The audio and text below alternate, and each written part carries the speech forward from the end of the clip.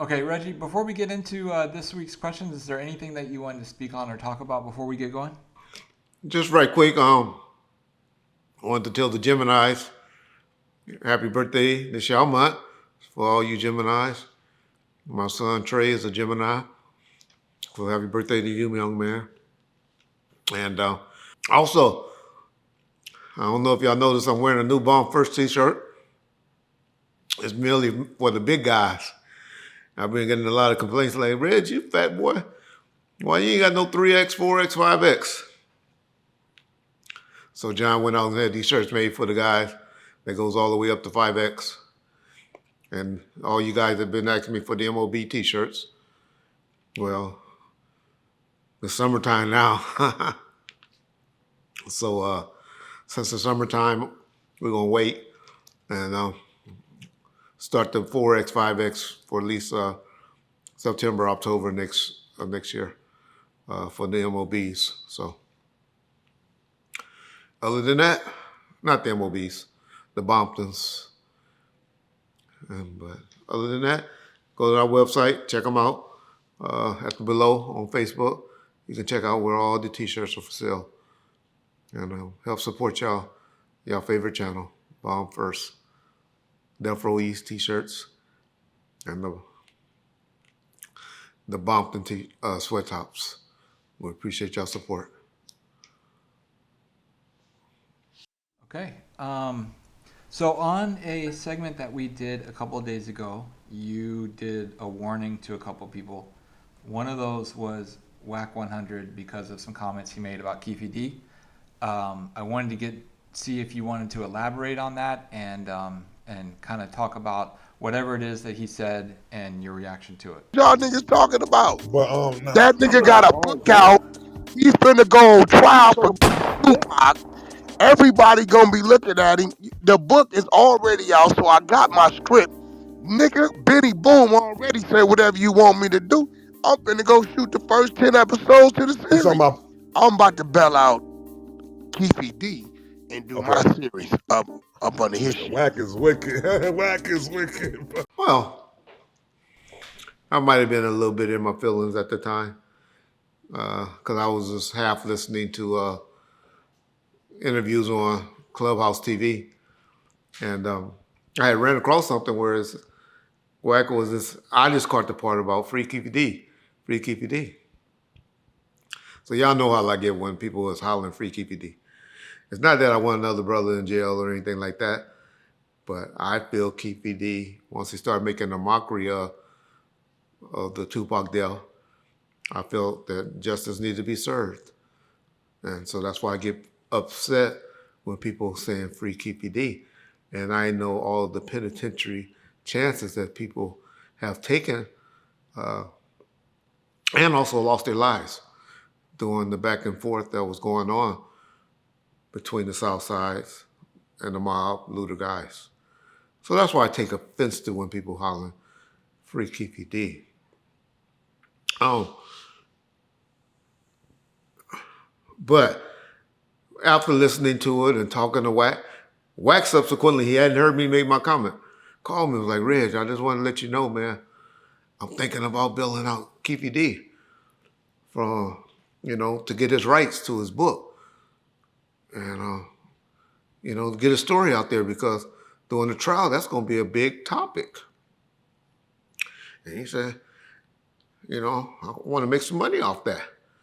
He said, but I did say there's one person I got to talk to. It's only one person whose opinion I care about that can say that maybe can convince me to know. But right now, I'm considering putting up the bail bonds if he gives up his rights and maybe make some money on the back end, his family and stuff. And so he ran all that by me and explained all that to me. And I'll never be the type of dude. And that's one thing about me with any relationships with any dudes that I mess with.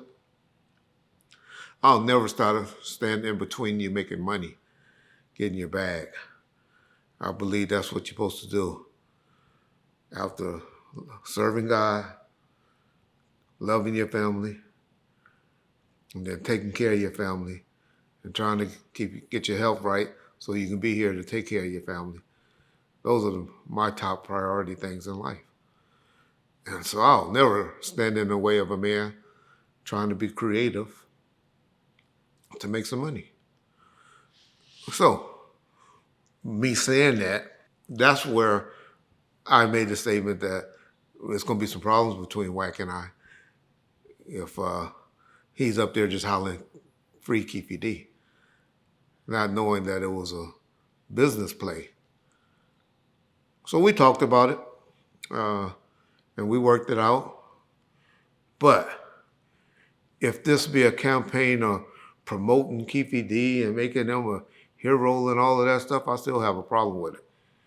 If this is not a money thing and this about business, then yeah, I'm still going to have a problem with it. Not going to backtrack that. And hopefully he heard my opinion, and hopefully he won't be getting his point across to piss people off, as Wack like to do, by saying free Keefy D, because he know how offensive it is. When Red's here, y'all can say, believe what y'all want. No, Tupac didn't like you, no way. How would you know?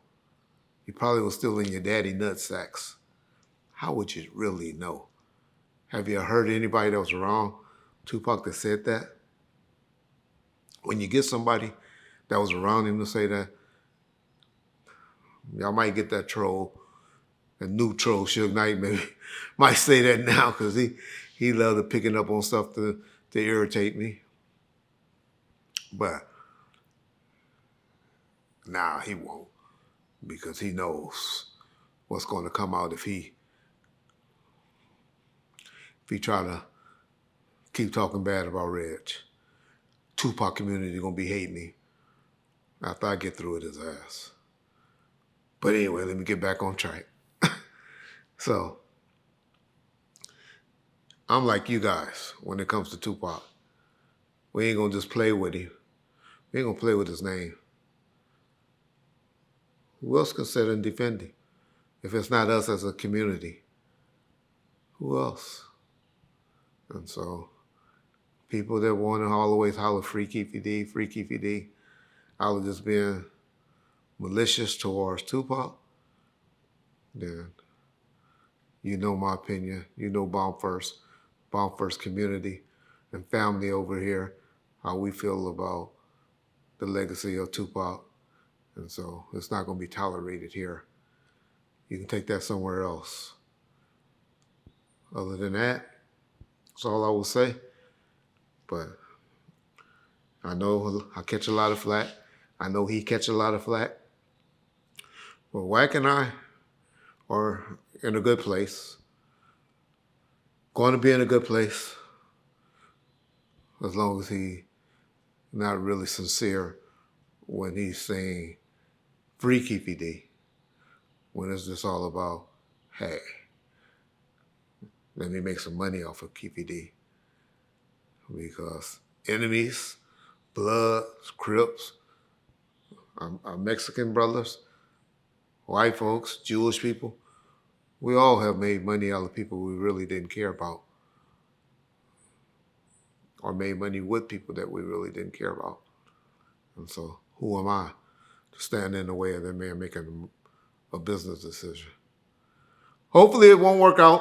Hopefully he'll get vetoed. Hopefully the deals will fall through and it won't be able to happen. But I'll never try to stop a man use my friendship or relationship with another man to stop a man from putting food on his table. That's not who Reggie Wright is. So, peace, Bomb First.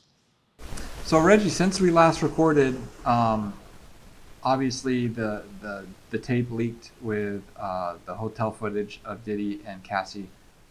Diddy then released an apology video on Instagram. I wanted to get your thoughts on if you saw the apology video and if you thought it was genuine, or what your general feeling was when you saw it.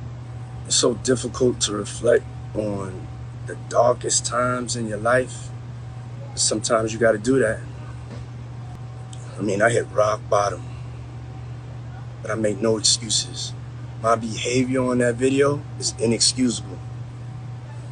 I take full responsibility for my actions in that video. I'm disgusted. I was disgusted then when I did it. I'm disgusted now.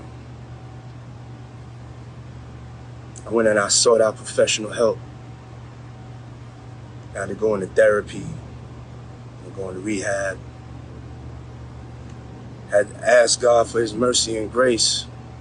Yeah, I generally my feelings was, oh, he's nigga full of shit. Um, I found it odd that he never mentioned her name. So was he talking to Cassidy? Could he been talking to someone else? Who could he have been apologizing to somebody else? I don't know. He left it vague to where maybe one day he can come back and say, oh, I wasn't talking to her. I was talking about this person or that. He could have been saying he was talking to Kim Porter. I don't know who he could have been saying it because he left it vague. Oh, so that was the main thing that I caught from it. With Diddy, I'm thinking he's getting some bad advice though, or he's not listening to the people that should be advising him, like his PR staff and his lawyers. He needs to shut the fuck up. Will be my advice or my opinion to what's going on with him. His son came out with that Whack This song. I think I'm on record to believing that the video was leaked by the government, but I'm sure we'll get into that later. But I don't know, man. I'm noticing a lot of people are not supporting him and not standing by him currently, which is good. I noticed a lot of people, even his girl, Young Miami, just recently unfollowed him. Noticed several people been unfollowing him. My boy LeBron James did. A lot of people has been unfollowing him lately. Even Meek Mills finally used this as an excuse to unfollow him. I find the timing of him unfollowing, Puffy behind this was like, okay, got the perfect time to unfollow him now. So people can't be saying that, they unfollowed him because of the alleged rumors between him and Meek Mills. But that's what I'm getting from this apology thing. I was surprised to see the one person, this lady, that went in hard on Ocho, on Chad Johnson. When him and Evelyn had that domestic violence situation. And this older lady on Oprah Winfrey Network, I Fixed My Life, Alana, Alana or whatever her name is, I can't think of her name, but the Fix My Life lady. She's kind of was supporting Puffy or Diddy, whatever his name is, Brother Love. What I do have as a spiritual technician is an observation that I think I can offer to support healing, collective healing. And what I see is that our hair is on fire. As a culture, as a society, our hair is on fire. And hair is an acronym for honesty, accountability, integrity, and responsibility. And wherever we look in this society, we see it's just being burned to the ground. We don't give people space to tell the truth, so they lie. The number one reason people lie is out of fear. And it kind of surprised me, her being a domestic violence victim herself. And I understand forgiveness, but forgiveness should be done by God and the victims. Now people may say because he got this this contract or this NDA with Cassidy that he can't mention her name or talk about her, so maybe that's why he didn't talk to her directly. But it's going to be interesting. I'm just waiting to see who's going to stand with him. Everybody always get a Ben Crump or a Al Sharpton or a Jesse Jackson or this person to come to court and stand with him. It's going to be interesting to see who he can get to stand with him. Where you at, French Montana? Yeah, I heard me say once before about Snoop. Where you at, Snoop? People are really kind of abandoning him, in this time of need. Well, they should. But that's my take. That's what I took from, and that's all the things that ran through my head when I heard the apology or the statement or the train wreck that he did on IG. I will take from it. Hey man, I told y'all it was going to happen. They're going to institutionalize him or break him. It's looking more and more like they're going to do both to him. And I hope it's true, like Gene Deal always say, or people say that he put everything in his mother's name and his kid's name, because he do have kids that used to a certain lifestyle, and if they have to go and change their lifestyle, it's going to be hard on those kids. But if you look at Puffy Eyes, you can see that's a weak man. And I don't know. What y'all think? Do y'all think this world would be a better place without him? Because I really believe that Puffy's going to take his life real soon. Because you got to have a certain type of way about yourself to deal with certain things. And he doesn't appear. Any man that can beat on women like that,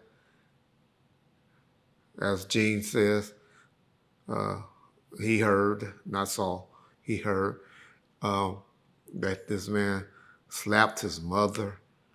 Any man that can do something like that, they're a weak person. A weak person. And people that commit suicide are generally weak individuals. And so that would be my take.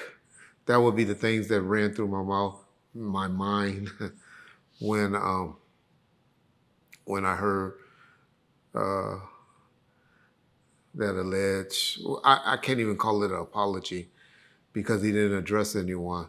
Because one minute he said, I'm not asking for forgiveness. And then the next breath he asking for forgiveness. So you can tell he was real confused and scared. And so I'm one that still believe, I know that's a coward, that's the bitchest thing that you could do, beating on a woman like that. But, man, it'd be interesting to see what friend goes and grab him and really sticking with him and hang with him. That's a public figure, someone that has some say-so, someone that people can listen to. I'm not talking about people just getting a bag from you. Those dudes that was walking with him in that video, all employees. So we'll see who will be the person to stand up with him. Ayanna and Oprah, the lady from Oprah Network, she's just trying to get him on his show. Get him on her show so she can get her ratings up. Trust me, that's all she's trying to do. But she did do it. And it was strange. It was funny. sent a alleged domestic violence victim come to his defense as she did. Peace. One of his baby moms, Misa, she released a statement a couple days ago on Instagram. I wanted to read it to you and then get your thoughts because I know, you've met Misa many, many years ago and stuff. So I just wanted to read this and then get your thoughts. Okay. So she stated, I am heartbroken that Cassie must relive the horror of her abuse, and my heart goes out to her. I know exactly how she feels, and through my empathy has triggered my own trauma. These young people were raised by women that want the best for them. We put God and education first and have always been united in our mutual effort to support their dreams. Two of my youngest do not have their mother here, and it has been our duty to support them. Their father needs help, and I'm praying that he truly does the personal work and receives it. Yeah. Misa has been knowing him for a while, at least 32 years to my knowledge, 31 to 32 years that she's been knowing him. And she finally now, I know she came out and spoke bad about him when she was upset on Instagram when her son got arrested. Hers and Wolf's son got arrested for DUI. And she came out and was blaming Puffy because of the lifestyle that he see Puff doing is the reason why she feel that he's trying to emulate his lifestyle. The way she's making it sound is like she was a domestic violence victim as well. I remember a story of her going back to him, when she was out there with Suge, and because he was threatening to commit suicide. Y'all remember I told y'all that story before. He was going to take a bunch of pills. That's why, like I told y'all earlier, this nigga he is a person that will take and do suicide. She alleged, Jean always said that Kim Porter cut him his wrist, but she had always said that he had cut his wrist because he was trying to get her attention because she wouldn't come home and she wouldn't bring Justin home. And he was out there taking pictures and hanging out with Suge Knight. So I'm one that have problems. I don't know her history too much about what she was complaining about Puff 95, 96, 97, 98. And for her to come out and start saying all of this stuff now, I don't know. I don't know my feelings. Really don't. I kind of really have a problem, even with our girl Cassie. Y'all gotta remember this incident that we heard about happened in 2016. They didn't publicly break up until 2018. The day, 2 days after he did her the way he did y'all see her? Take a look at her. She's at a movie premiere of a show where The Perfect Match, I believe, hanging out with Puffy, taking pictures, doing interviews. No, and I know we got makeup and all of that, but didn't appear to be abused that bad. Not trying to get away. I don't know. I just say, we got to watch. I'm not saying he's right because we saw what he can do and he's capable of. But women, when this happening to y'all got to get away. Y'all got to get away from them, yeah. And, yeah, y'all got to get away. Because Then when you really want to go and leave, and then you go and make the accusations, then people don't want to really believe them. But I understand the part about the psychological, because we hear a lot of child abuse or molestations where people don't feel comfortable and don't come out and talk about it until later in life. But we got to do better in reporting things or getting away and documenting it, and not when it appears to be just about for a bag.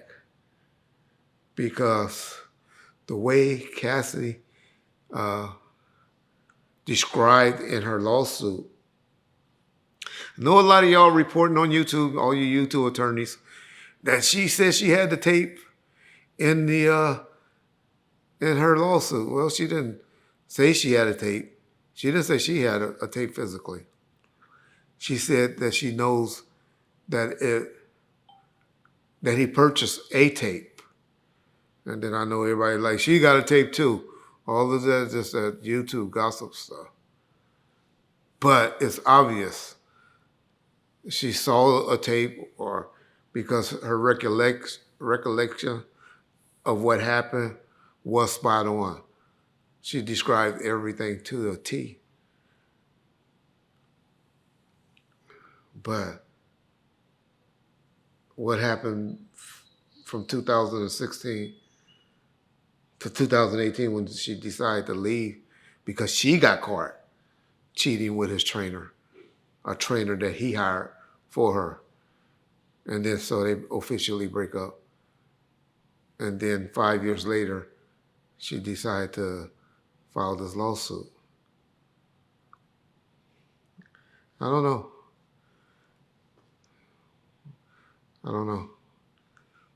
We got to do better, though, as a people. We're reporting things. And it's all this the police and going to the police and stuff like this. We got to do better. So that would be my take from that. Yeah, that would be my take. Okay, Reggie, I know in a previous segment that we talked about how the Cassie and Diddy video leaked, and I know you had expressed that you felt that maybe the government was behind it. Can you elaborate on that a little bit and why you feel that way, as opposed to maybe like a hotel employee leaking it or someone within Diddy's own camp? Well, the hotel is currently been in bankruptcy for a minute and been closed down. I don't think the security personnel was that smart enough to keep a copy of it and hold it. They should have been. I would have. and kept a copy of that tape and said, hey, this might be useful for me down the line one day. As y'all see, I leak audio every now and then, here and there, right? So y'all know I keep stuff. And so I understand that that's a possibility, that the general manager, security guard, somebody had a copy of that tape. I'm on record that I don't believe that Cassie and her attorney had a copy of that tape. I believe that that tape was somehow leaked or was given to the government during that raid. Now y'all will say, well, how the hell was Cassidy ever to explain it word for word? So she had to view that tape somewhere. I agree with y'all on that. I can't explain it. She either have a hell of a memory or somebody was working against Puffy in that house, one of his security guys, somebody for her to get, to see that tape again. I can't explain that. But I do believe that's a law enforcement official. And y'all know I very rarely talk bad about law enforcement. But I do believe someone got a bag, possibly, and leaked that tape, or and two, someone on the investigation team that's high up, meaning the top dog, which is usually the U.S. attorney or that agent that's handling the case, who's working closely with the U.S. attorney, decided that, hey, we got to keep making this guy look like a monster. We got a little delay. We should have made an arrest by now. The way we went and used all of the resources, we can't make us look bad. And so let's get this out to keep this case rejuvenated, or maybe so we can get some more victims to come forward, because our case is not as strong as we thought we had, would be my take on what happened.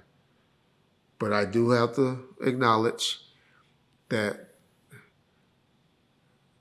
the stuff in the lawsuit and matched the tape to the T.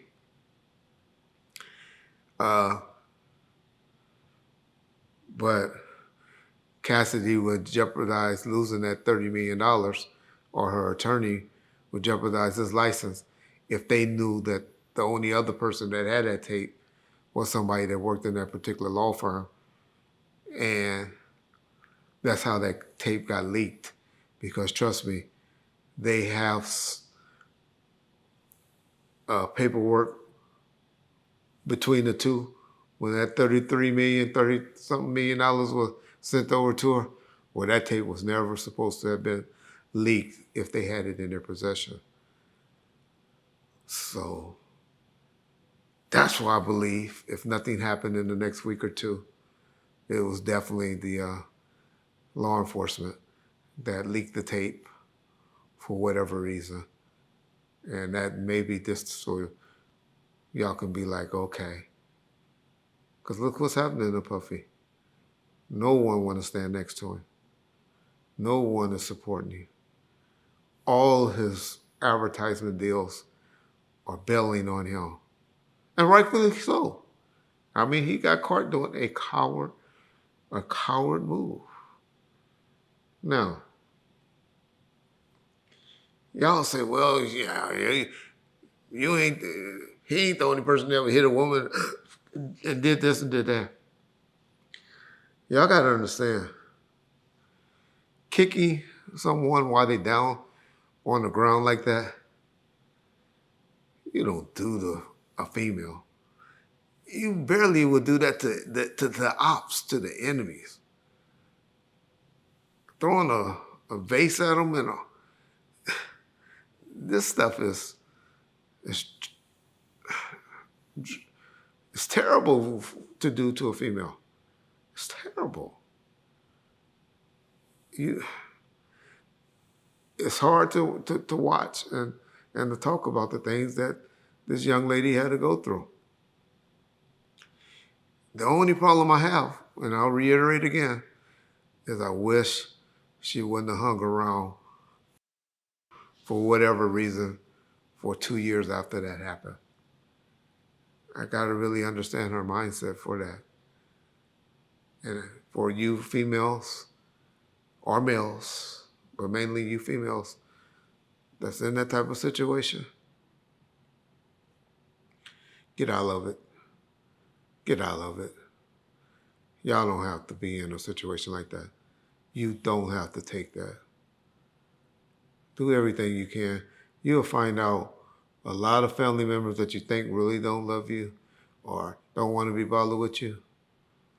If they feel that you are getting treated and abused like that, they will open up their homes, their bank accounts, or whatever to help you get out of that situation.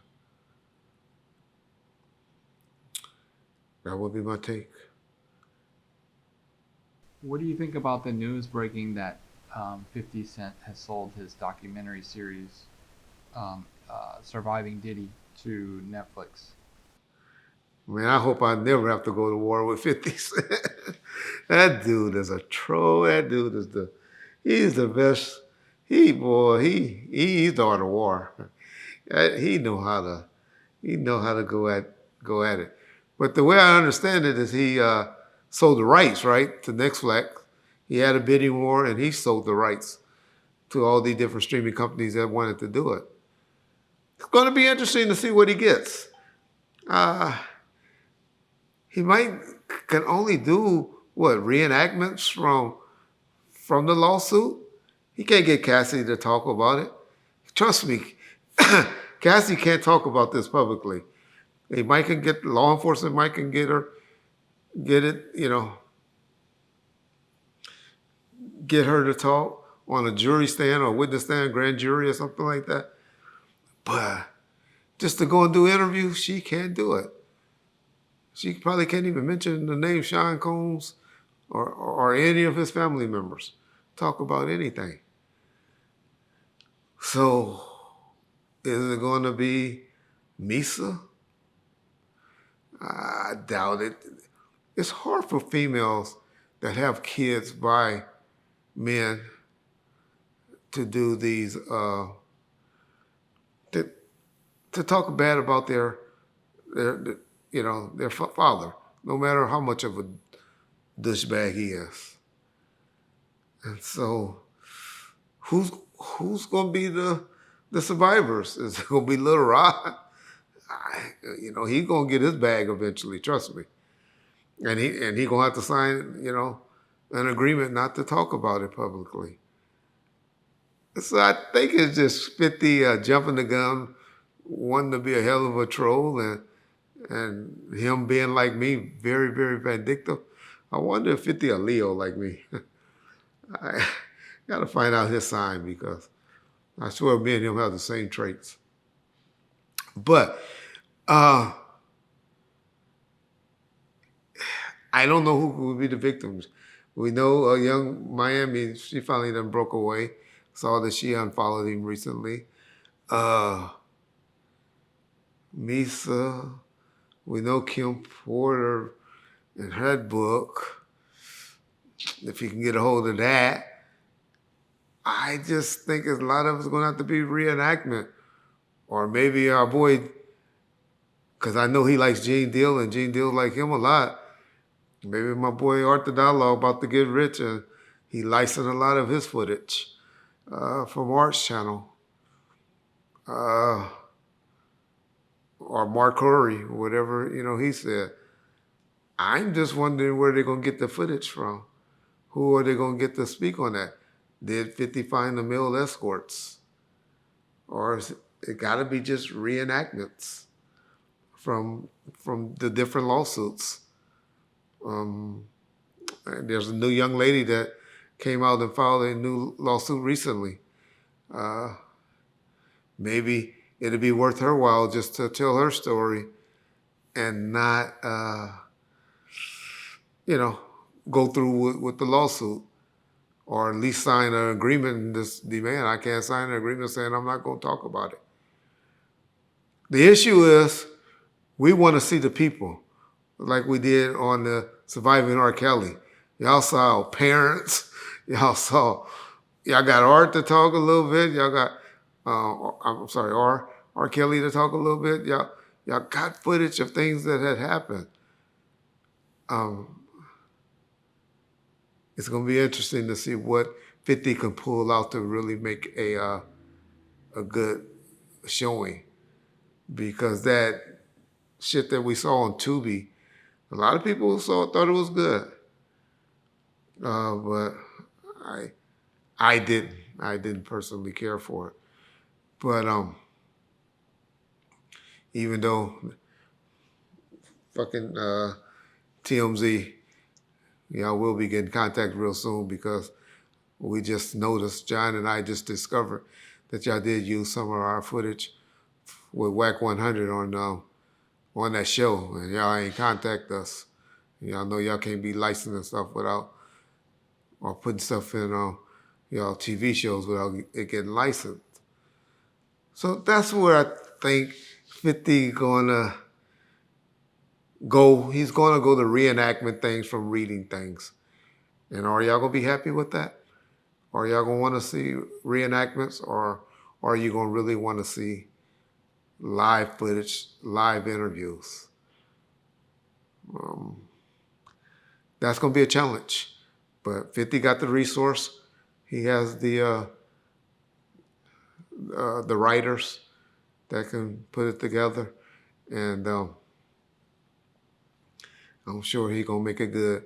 If it's anything that he has done, if it's like anything that he has done, because I remember when I was away for a little while, it was a show on ABC with that dude that got sentenced with life.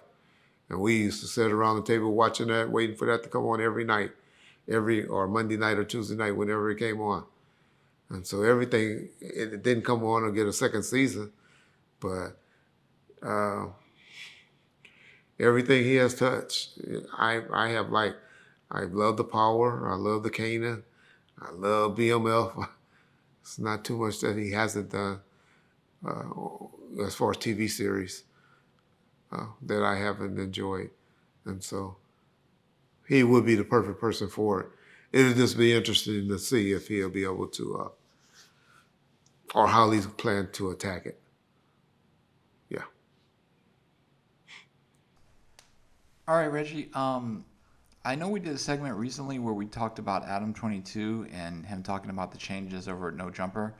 I wanted to get your opinion on something that he said, though, on Street TV, where he said that no one wants to hear you talk about anything other than death row stuff from 20 years ago, that it's just not relevant, or you're not relevant without the death row stuff. What are your thoughts on that? See, the thing with Reggie Wright is like, he kind of blew up off telling all these old stories about death row and all this shit. And it kind of gassed him into thinking that people want to hear him talk about other shit. But in reality, that's not really the case. Like, he talks about No Jumper. I clicked on this clip. I wanted my fucking time back. I was just like, how the fuck is this even real, bro? Like, this is the worst commentary I ever heard. Hold on, what'd he say? It was just like, oh man, like, No Jumper, they got a bunch of different gangs up there. Like, something bad gonna happen.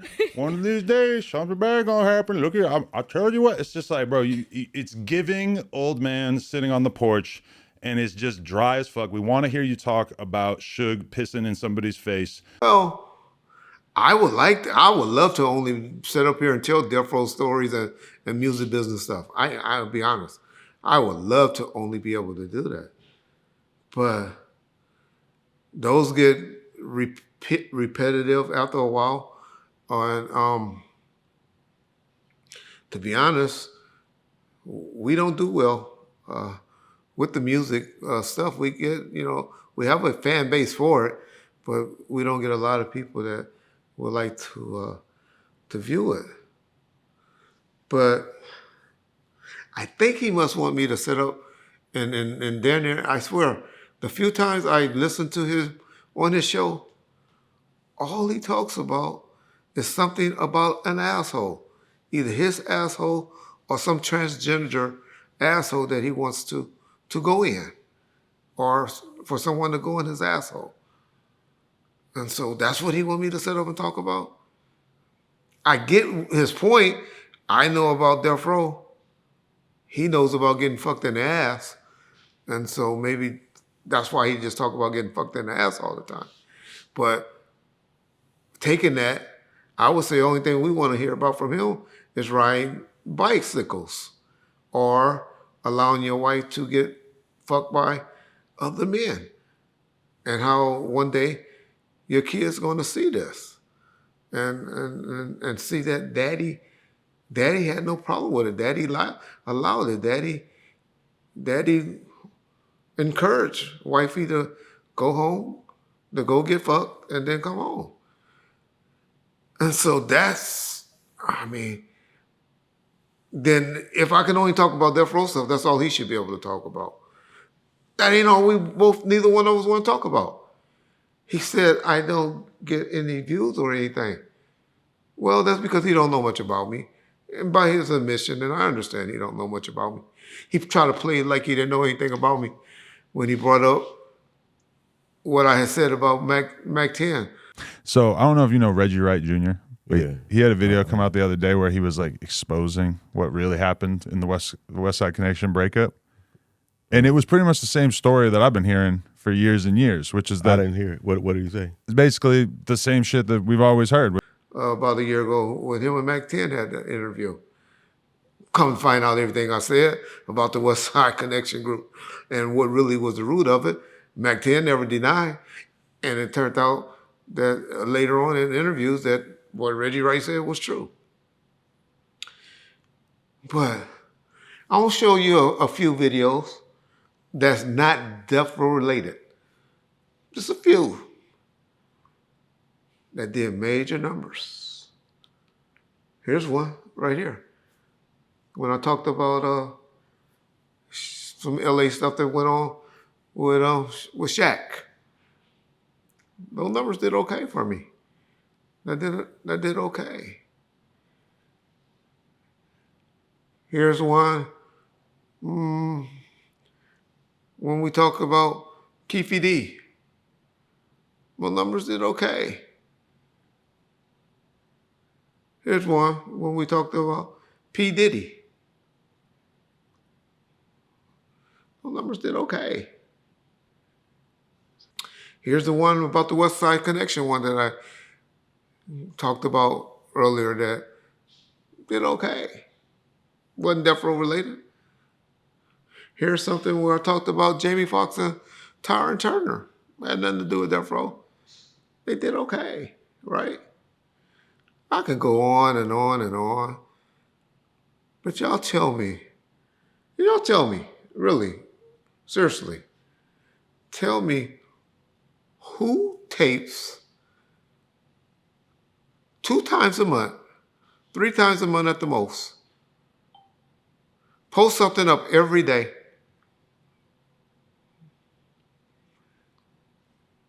one personality, just one person, it's Reggie and John,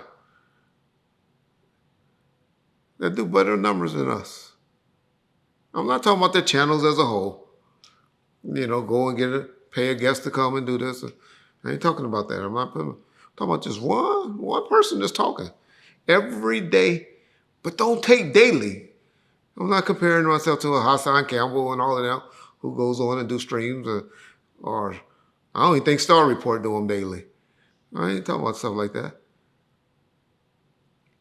I'll tell y'all. Well, let's take Suge Knight. Y'all like to compare me to Suge Knight. Let's talk about that. Let's look at that. Suge Knight tapes every 2 to 3 weeks, right? Look at his numbers. Matter of fact, our next episode, we'll break down those numbers and show y'all the difference. Hey. So, think you mistaken again, Adam. Think you done caught in another lie. Just like the lie that D-John had to break you out on by posting those texts when you trying to act like you ain't never heard about him getting shot. And when you over there giving him condolences and checking on his status and how his leg doing. You see the goddamn texts. But you gonna go on a show a month later saying it never happened. Okay, Adam. Use the proven liar now, man. So go and think about who asshole you gonna dig in. That would be my advice to you. So Reggie, I know we've talked about, Suge's podcast and stuff like that, but I wanted to get your general thoughts on what do you think about Dave May's platform, Breakbeat Media? Oh, Breakbeat Media? Well, I mean, I'm not going to sit here and hate on nobody that's trying to, to get their hustle on and to try something. As I have said before, in my opinion, what him and his staff did with the Source magazine, being young, being the age that they were back then in the 90s, I think they were the Bible of hip hop at one point, as far as reporting what was going on, on print. So it's hard for me to say anything bad about Dave Mays and what he done for the culture of hip hop. I know you asked about breakbeat media, but breakbeat media, in my opinion, is Dave Mays. Now, we know he has a tendency to get in lawsuits and fall out with people, and so that seemed to be a trait that most people don't know about him. I don't think him and Benzino is that tight anymore, who was a partner of his, but that happens with partners. I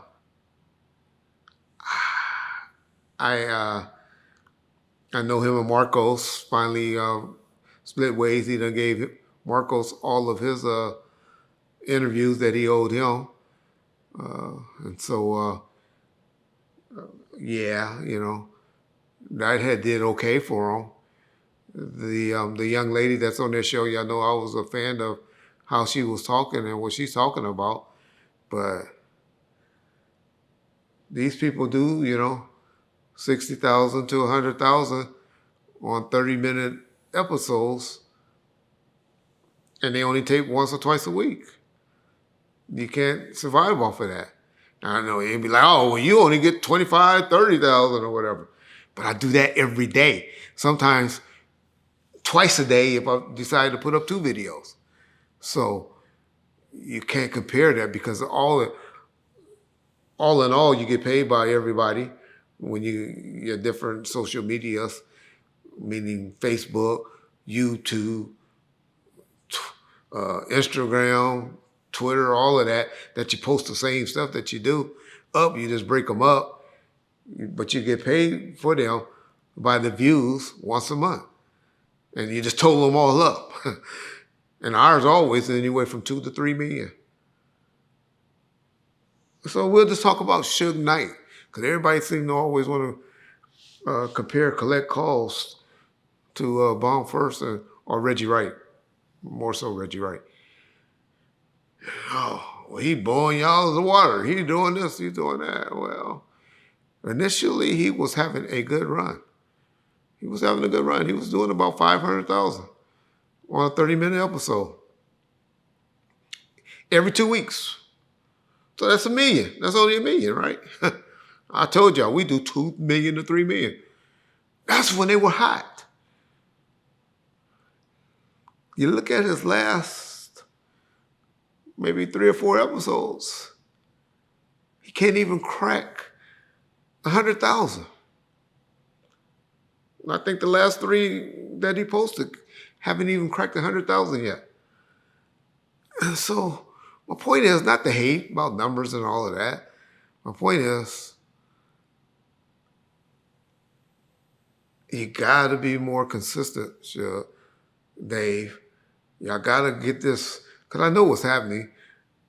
Suge is charging you per episode, and you was like, hey, I'm not dropping another episode until I get this number.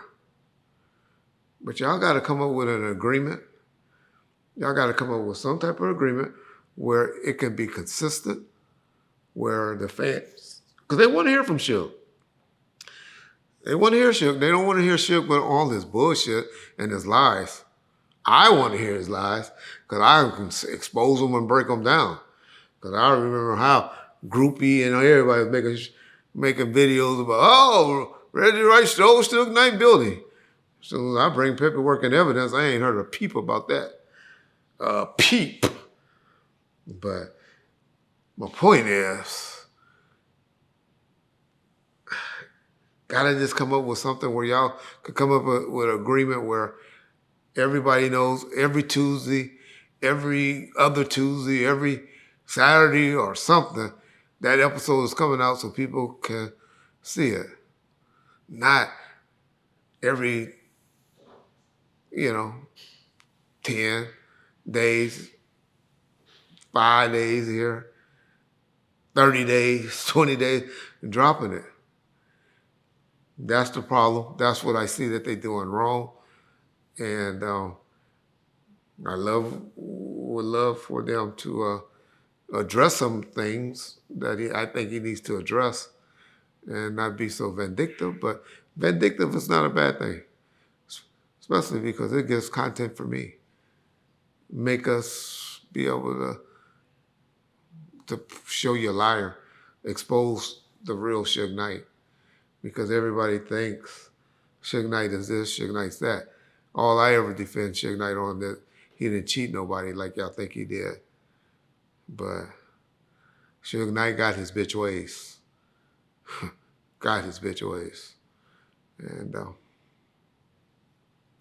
glad he decided to go the route that he's going. Because that's just content for Reggie Wright. So that's my opinion on, you say breakbeat media, I say on collect calls from Suge Knight. I think they need to change that name, don't y'all? He took one collect call, and I think that shit sounded so AI. The only person he talked to on the phone was Cat Williams, right? Damn. How can you have 17 episodes, call your shield collect calls and haven't taken a collect call? Okay. Yep. Shout out Breakbeat Media. Keep up the good work. There's a couple names, same folks talking, but the real investigation just started. I said I seen you on the cover, another double XL. But the real investigation just started. Boy, you look good on the cover of the double XL. But the real investigation just started. You can make the news if you wanna. They give you chalk, tape, lay a white sheet cross. Be careful what you ask for. You might not have asked for it, but your actions. You can make the news if you wanna. They give you chalk, tape, lay a white sheet cross. Be careful what you ask for. You might not have asked for it, but your actions. We talked about Suge and Breakbeat Media in the last episode. I wanted to get your thoughts because it appears that your attitude about Suge has changed in the last few months compared to our years prior talking about him. Can you speak a little bit about that? Well, yeah, I mean, it has changed because ever since, to be honest, he started really going on this blast of accusing me of being involved in the murder of Tupac Shakur. And and Sharitha. And believe it or not, y'all gonna fall out of y'all seats when I say this, and Snoop Dogg.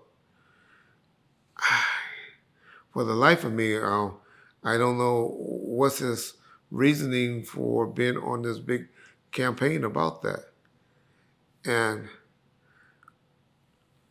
if y'all keep it real, I was Suge's biggest supporter from about 2017 on YouTube until about 2022. I'm not through jabs here and there.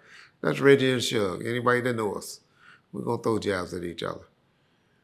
We always have. We did it in meetings. We did it sitting in the back of the limo. We jabbers. But to me, accusing somebody of murder and being involved in a murder out of spite, out of just trying to be funny, is low. It's low because, as he know, everybody know, y'all know, Tupac has a lot of fans out there, people that loves him, and it's not cool. Now, the building thing and all of that, ha, that's funny. Prove that you're a liar. Show you that you're a liar.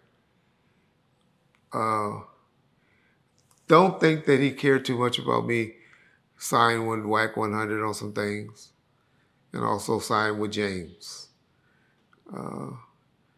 So, yeah, I seen that. I feel that. I hear him on that. That would be my only take about, in my opinion, how I been speaking on Suge, because if you keep it real, I've always said the good and the bad about Suge, in my opinion. That was always been my attempt. But I still do, even though he have did all of that. You know how you have a child or a person, not calling him a child or anything like that, just saying that you get disappointed in, but you still love him. That's how I feel about Suge. I get disappointed. He hurts me like some people can't do. But I still got love for that nigga. No homo, I guess I'm supposed to say now, or no Diddy or whatever. But, you know, that's y'all thing. I can say I got love for a man because I know I'm comfortable with my sexuality. So, yeah, that's how I feel, but I'm not going to let nobody, and Suge knows that, anybody knows that, tap at me without a response back. I don't care who it is. I'm the type of nigga that don't let my son beat me in a game of chess or checkers or basketball. And if we do, we got to run it back until I beat him. That's how competitive I am. And so that would be my take on why people kind of feel like you betray Suge or you that. Because I'm going to call a ball, a strike a strike. I'm not going to change by the win. I'm not a cheerleader. I don't sit back and yeah. Whoever you down with or all of that, just say all the right things about it. I'm not going to let people lie on you, and I'm not going to try to purposely lie on you. And so that would be my take to why it appears that I did a 360-degree turn on Suge, but I don't feel that that's the way it is. And I hope he don't feel that's how it is. But at this point, what can we do? Sit back and wait and respond to what each other says. And so that would be my take.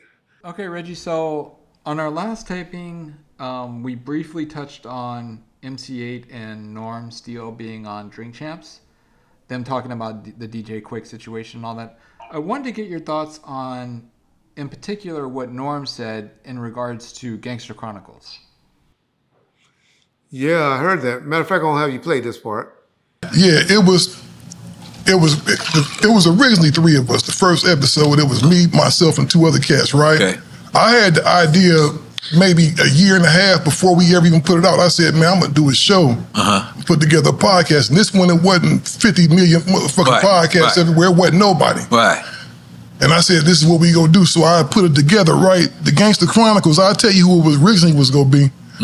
It was gonna be myself, rest in peace, Big Psych from Out of Thug Life. Oh, wow. And it was gonna be this man right here. I actually told him about it, right? But I started having ideas. I got in the podcast and I said, I wanna do something different. You know what I mean? I wanna talk about hip hop, like gangster rap, but with the criminal element, but with the real, because there's a lot of grimy motherfuckers in hip hop, right? Right.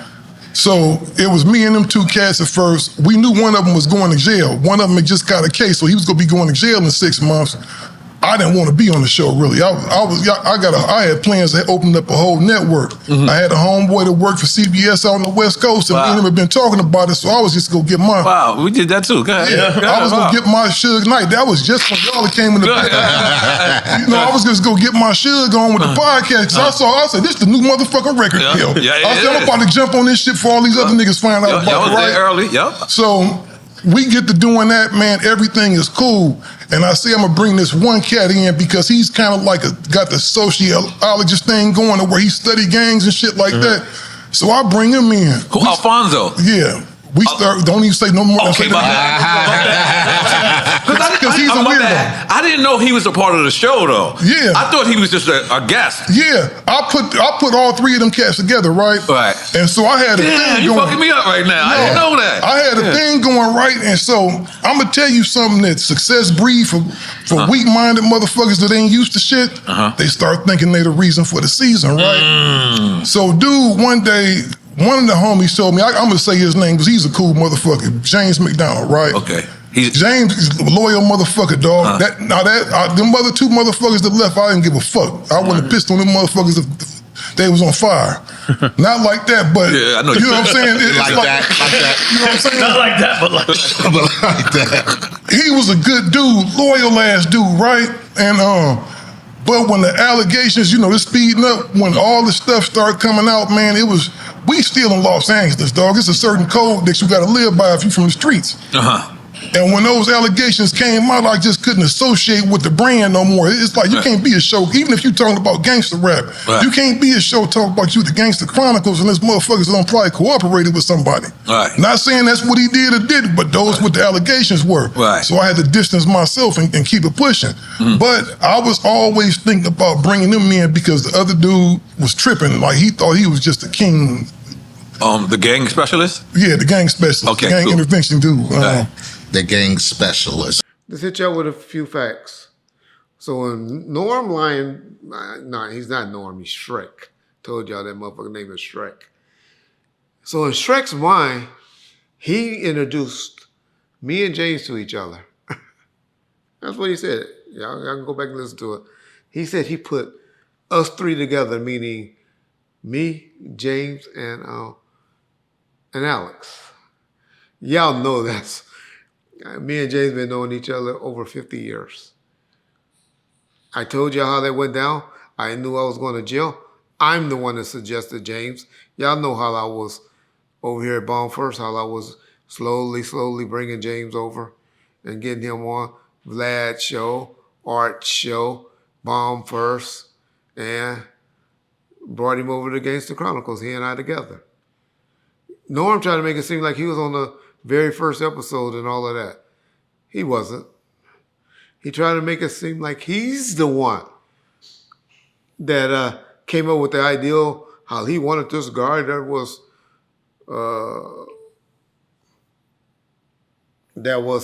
knowledgeable in the with criminology or street gangs and all of that, meaning whatever Alex's expertise is. It was another young lady. Matter of fact, I'm going to put up this text. I can't think of her name right now, but here's the text message between Norman and Alex, where in this particular text, he tells y'all, or he says to Alex that, hey, this lady suggests to me that you would be great for this show that I have. I would love for you to come on the show. So that's going to show you how Norm just sitting up there making up lies. I tell y'all, the name of the show, he tried to say, here we was going to have, I'm going to have MCA and Glasses Malone and this other person on the show. And, I thought about this a year and a half, and I was going to call it Gangster Chronicles then. Well, why when the first 3 or 4 episodes of Gangster Chronicles, it was called Death Row Chronicles. And then me and James is the one that said, we started talking about Death Row stuff, telling Death Row stories. We're going to change it to something else. We're not just going to sit up here and talk about Death Row all day and shove. So Norm but Norm, I got to give it to him. Hey, he fucked Reggie and haven't had no repercussions. And then he fucked James and hasn't had no repercussions behind it yet. But I don't know. He goes on his show. He overtalks MC8. He makes everything about him. He's hard to listen to. I'm surprised that Charlemagne and them are still dealing with them because the numbers don't add up of what they're doing. It's hard for me to hate on something that you created and started and built. But I just hate that he goes on a big platform like that trick the people because all they wanted to do was talk about the other people, but he wanted to keep inserting himself into it. MCA trying to tell stories. He keep getting cut off. He keep interjecting himself into stuff, making up stuff, creating stuff, talking about how Tony Lane and all of them were at the Source Awards with us. Anybody that was around, any Death Row people know Suge and Tony Lane wasn't seeing eye to eye back in 94, 95, 96, 97. And wouldn't have been and wasn't out there at the Source Awards with us. But Norm is just a dude that got a little power, got lucky, and then he gonna try to make it like he said niggas that never had nothing trying to make themselves bigger than what they have. All right. So you ripped me off and James off, and you bought a little condo in Long Beach, and now you the man. Okay. All right. Well, I wonder what happened with you and Doggy Diamond. I wonder what happened with you and CJ Mack and Dub C. Where's your other shows? All you living off of, all you got going for yourself that you're about to kill off is what Reggie, James, and Alex Alonso built. MC8 is definitely getting tired. You can look at his mannerism. Getting tired of you. You did something to him that was very disrespectful on a phone call you made. And he checked your ass after that. Say something about me. Say something about it. And I'll make sure I put you on blast and mess up shit between you and your co-host. Because I know what happened. I know why he got uncomfortable. On some shit you did because you always doing shit. Johnny on the spot, not knowing the bullshit that you be doing. MC8, you chimed in on that shit about Alex Alonso. That wasn't cool, man. You normally stayed out of this bullshit. You getting that comfortable? You getting that comfortable? Well, yeah, chime in. I'm telling y'all. If I make a threat, tell y'all I know something that can have you two niggas arguing again, then talk about Reg. Do it. Do it. You be the aggressor, MC8, so I won't feel so bad. So, but I always, like I said, I always like 8. Have no problems with 8. But you did chime in and said something and that you normally don't usually say. Me and Alex caught it. Lucky I don't fight Alex battles. Alex fight his own. But Norm, that shit'll be dead real soon, trust me. And he'll be back doing whatever he was doing. Because you got over us. But as you seen that attorney that was over there with me and James and Vlad,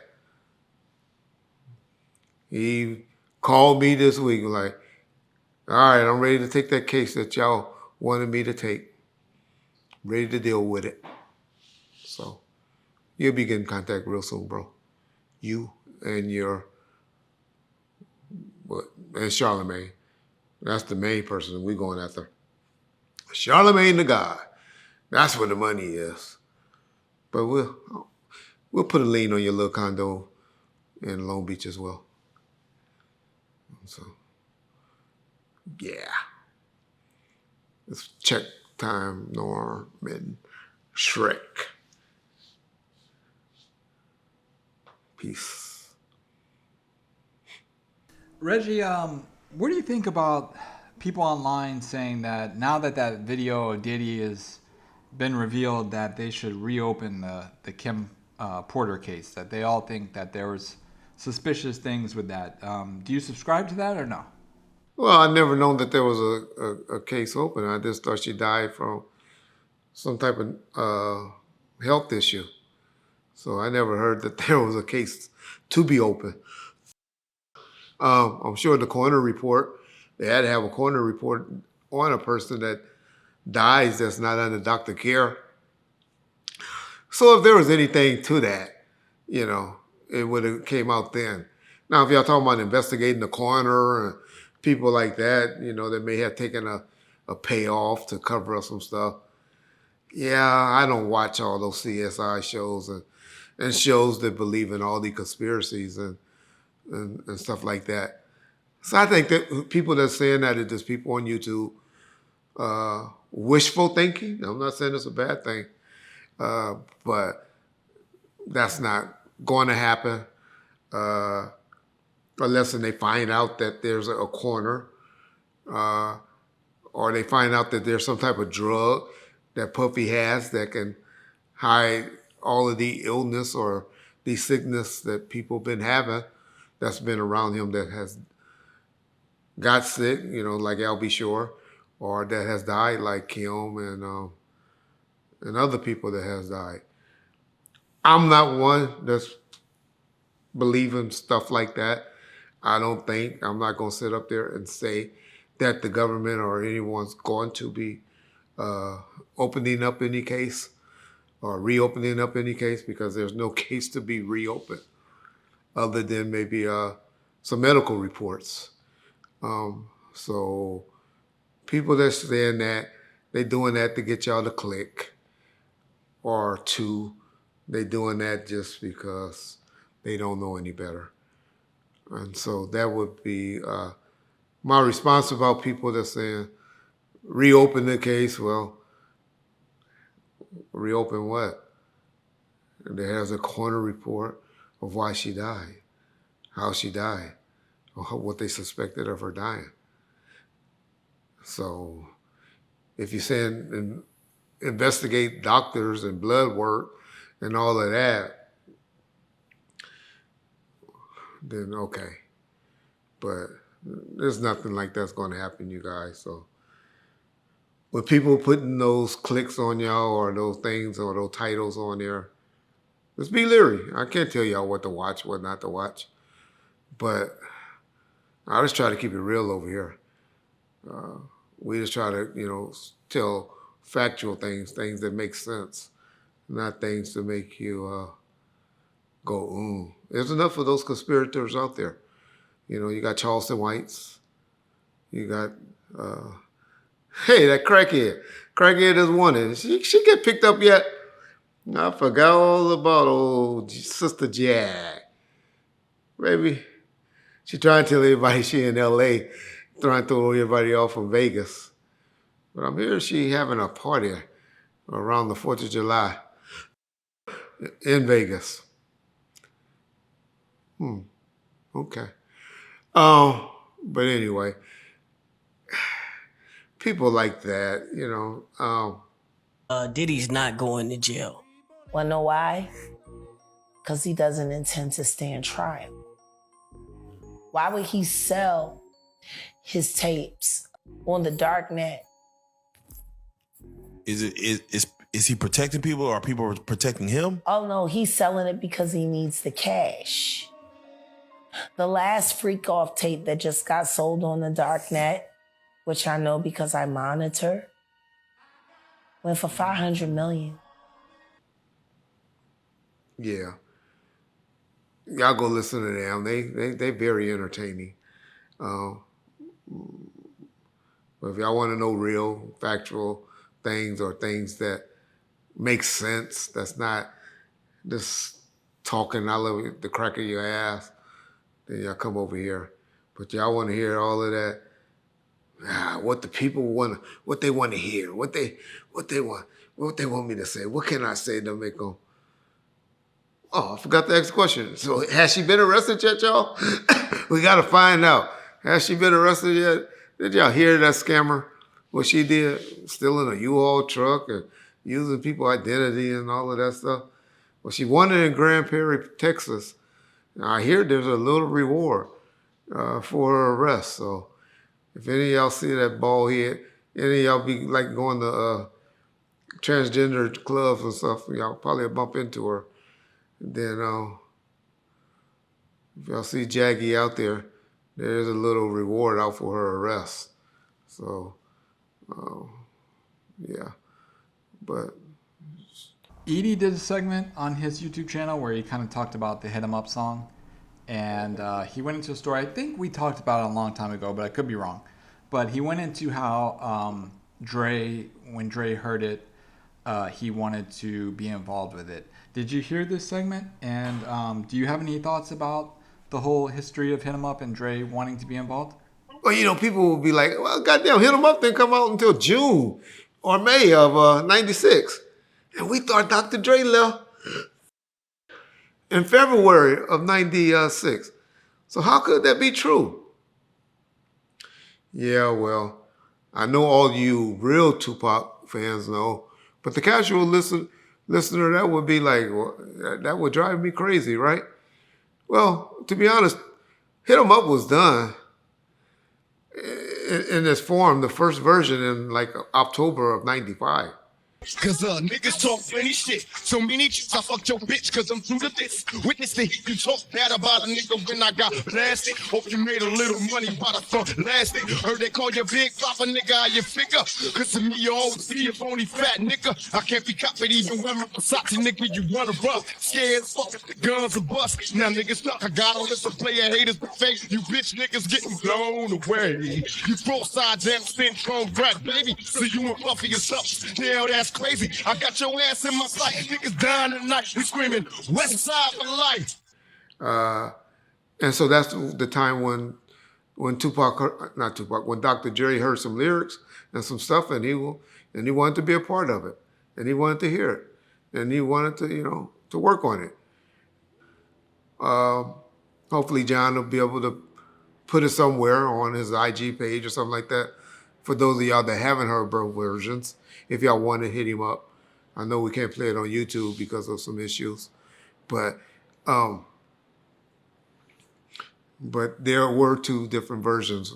One that was actually done in October 1995 that Edie is speaking on. And shout out to Edie, man. I wish you and your channel success. I know you've been working it and being consistent with it. And so if y'all get a chance to go over there to Edie channel and support him. He really was somebody that Tupac Shakur loved while he was on this, on this earth. He was one of those ones that was with him daily. And so y'all should be giving him more love than I think y'all giving him on his YouTube channel. And even the Outlaws album that him and Noble been working on. Shout out Noble. But anyway, so yeah, that would be my take on it. I still crazy about the debate that Ice Cube always make me think, because y'all know Ice Cube is one of my favorite rappers as well. And where he always said No Vaseline is a better song because he rapped it and he destroyed the people by himself, where Tupac had, which is crazy, needed additional people on the album to attack, the diss of the people. I don't buy that. I think Tupac could have did it alone, but like he said, certain people wasn't on his level, and he didn't want to speak on. And so that'd be something for conversation in the comments. Which one do y'all buy? What Ice Cube believe about No Vaseline, or do y'all buy, that Tupac could have did? Well, we know he could have done it. He can do whatever he wanted, but is Hit 'Em Up less of a song than No Vaseline because he had the Outlaws to help him, or to get on that song with them. That would be my take. It's interesting. Snoop lately has been not lately, but there's been some chatter again where Snoop has been speaking on. You know what I'm saying? But what I did clash with him on was the Hit 'Em Up song. When he played it for me, I was like, cuz I ain't really feeling that, cuz. You thought he took it too far? I just didn't feel it. I just felt like he was making great music, and that was not great music. That was gonna be a come and go record. Like, he was making timeless shit that's gonna be here when he gone. That record came and went. Because now that Biggie died, people that love Biggie don't want to hear that record. So it can't live. It can't live. And you don't want that to be a part of your legacy, because you were bigger than being mad at somebody who really didn't do nothing to you that you thought did something to you.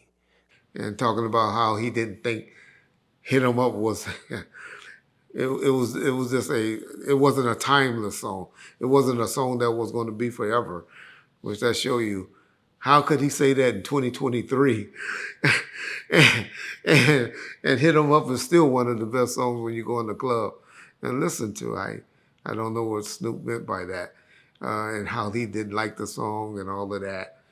Y'all didn't hear Snoop version on or his opinion about that. I don't agree with Snoop about that, with that take. But it's funny, even in 1995, not 1995, but in 1996, Snoop was on the stage when Tupac doing all that talking, and he was laughing. But I guess that comes with age. But I wish people would say that when they're talking about stuff. Saying, well, this is how I felt in 1996. But now in 2023, 2024, I'm older, I'm a grandfather, I'm more mature, I done had experienced all these losses. I think the song, or just how the song make me feel now. I hope that's what he really meant to say. Because I can show you things where he was on that gravy chain as well with diss songs about Biggie, laughing on the side of the stage while Tupac talking his talk. And so, yeah, that would be what I want to say. We just wanted to make sure people understand, the general public, not you guys that's really into this, understand that there were two different Hit 'Em Up versions, and what ED was speaking on about Dre hearing one. And earlier he was talking about the one that was recorded by Tupac in October of 1995 when he first came home from prison. So Reggie, we did a voting poll on Instagram where people could vote for their favorite Tupac song, and it was kind of like a tournament style, like in brackets. I wanted to get your thoughts because the winning song surprised me, and I don't know if it surprised you as well. But out of the good amount of songs that were chosen as far as release songs, the one that won, the finals came down to Pain and Staring at the World Through My Rearview from Gang-Related Soundtrack. And Staring at the World Through My Rearview literally won by like 0 point something percent. But I wanted to get your thoughts because I know we talked about favorite songs.